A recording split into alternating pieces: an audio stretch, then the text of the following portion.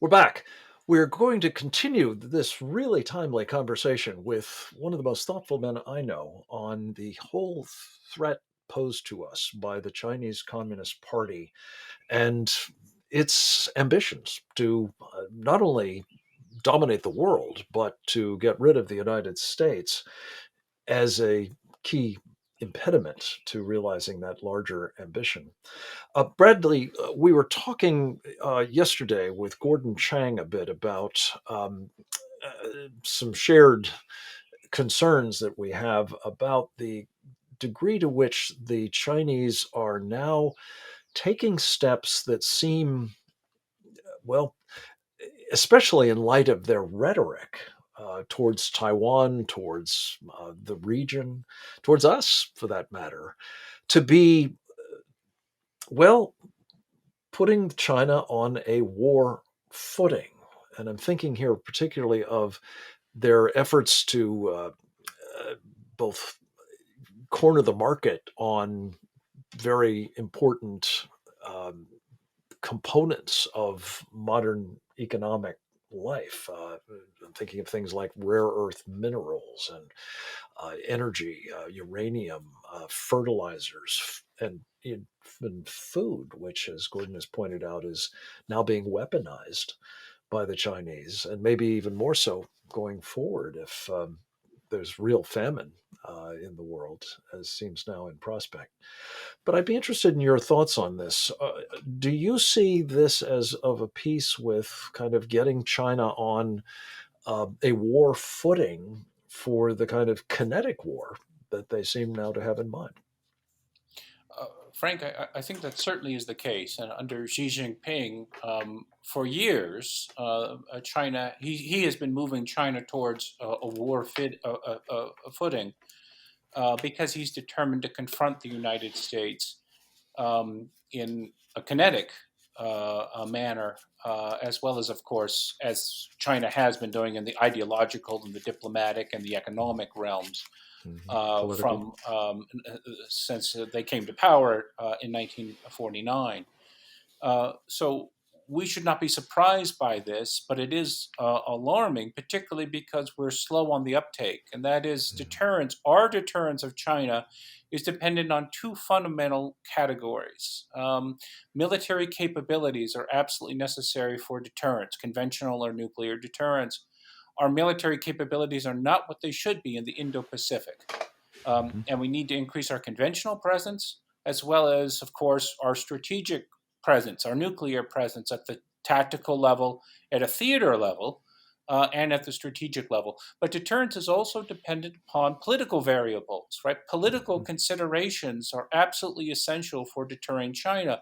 This includes resolve, includes willpower, it includes credibility, so that when the United States issues a Mhm. threat, for example, perhaps to protect Taiwan, to protect allies or other states, that it is a credible threat, that it is believed. And so the Biden administration, of course, is not what we would want to have in terms of being able to be an administration which is able to convince all audiences in China, the Chinese leadership, our allies, other states who are opposed to us, and other states who wish us well, that we are going to live up to any type of commitment that we make to deter Chinese aggression.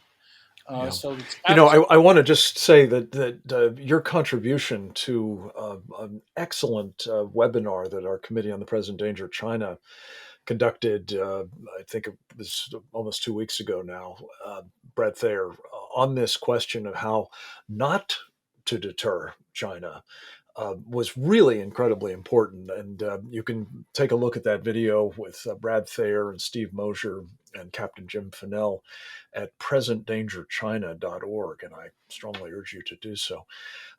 Brad, let me just switch gears slightly.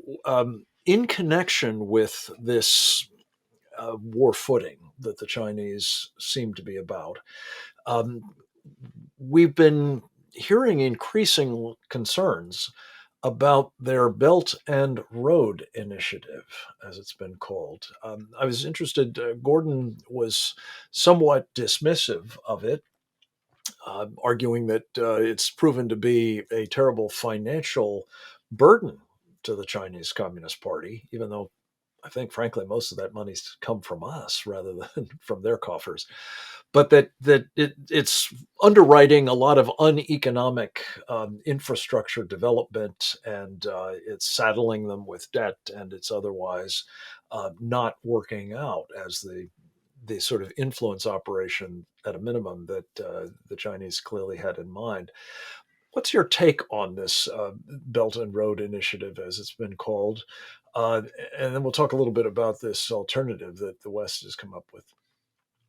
Well, Frank, I see the Belt and Road Initiative as having three strategic objectives for China. There is the military objective for China, there's an economic one, and then there's the ideological one. Mhm. So the Belt and Road Initiative is really those three things for the Chinese regime. I think Gordon is exactly right on the economic one. It has been a bit of it's been problematic for China, but that's only one of the objectives. We need to recognize that it is a geostrategic military project undertaken by the party as well to establish military and intelligence bases, as well as political influence around the world. So there, I do not think it has been a failure. There, I think it has been a success, despite recent issues, for example, and the war in Ukraine. It is also ideological. It is conveying Mhm. to the rest of the world that China is the future. It's the Chinese economy. It's the Chinese political force, the polity, the regime that the Chinese possess, which is the future of international politics. And all states should get on board. Essentially, this Mhm. effort in support of the Chinese Communist Party. So when we think about the Belt and Road Initiative with those objectives, we can see that it has been much more of a success in the military, intelligence, geostrategic project, and in the ideological effort Mhm. that it has been. And that, I think, helps to explain not only that we're funding it, but why the Chinese are willing to accept short-term economic losses, because Yeah. it's not a profit generating enterprise. It's a strategic and ideological Exactly. one as well. I definitely agree with that. And I just would also say, Brad, that to the extent that that infrastructure lends itself to the military power projection Yeah. capabilities of the Chinese Communist Party over time, at least, I'm not sure that it's going to actually prove to be a bad investment, even economically. But that, of course, will be measured in terms other than just the sheer financial one. Lastly, let me ask you quickly about this plan or the program for global infrastructure and investing that the West has conjured up. Some $600 billion is being pledged for it. What do you make of this, Brett Thayer? And do you think it represents a real alternative to and something that will undermine this Belt and Road Initiative of China? Well, Frank, I think it's an important step forward, but it's also overdue. This should have been executed 20 years ago, long before the Belt and Road Initiative Mhm. was up at the Silk Road, or Digital Silk Road, as the Chinese were calling it, about 10, 15, 12, 15 years ago, as they were conceiving of it. We should have been doing this a long time ago. And that is, again, we're always on the back foot. The Chinese are moving ahead, and we're responding with this enterprise. It's a significant one, and I'd echo Gordon's comments that he made yesterday on this program with respect to it. It's important, but it also reveals that we are only now doing steps that we should have taken a very long time ago. Indeed. And even then, we're talking about investing in climate change and equity issues, which may or may not be of great interest to the countries in question, let alone as important to them as some of that infrastructure the Chinese have on offer. We have to leave it at that. Brad Thayer, for today. This is a really important conversation, very timely. As always, we appreciate yours and look forward to having a chance to visit with you again in the near future.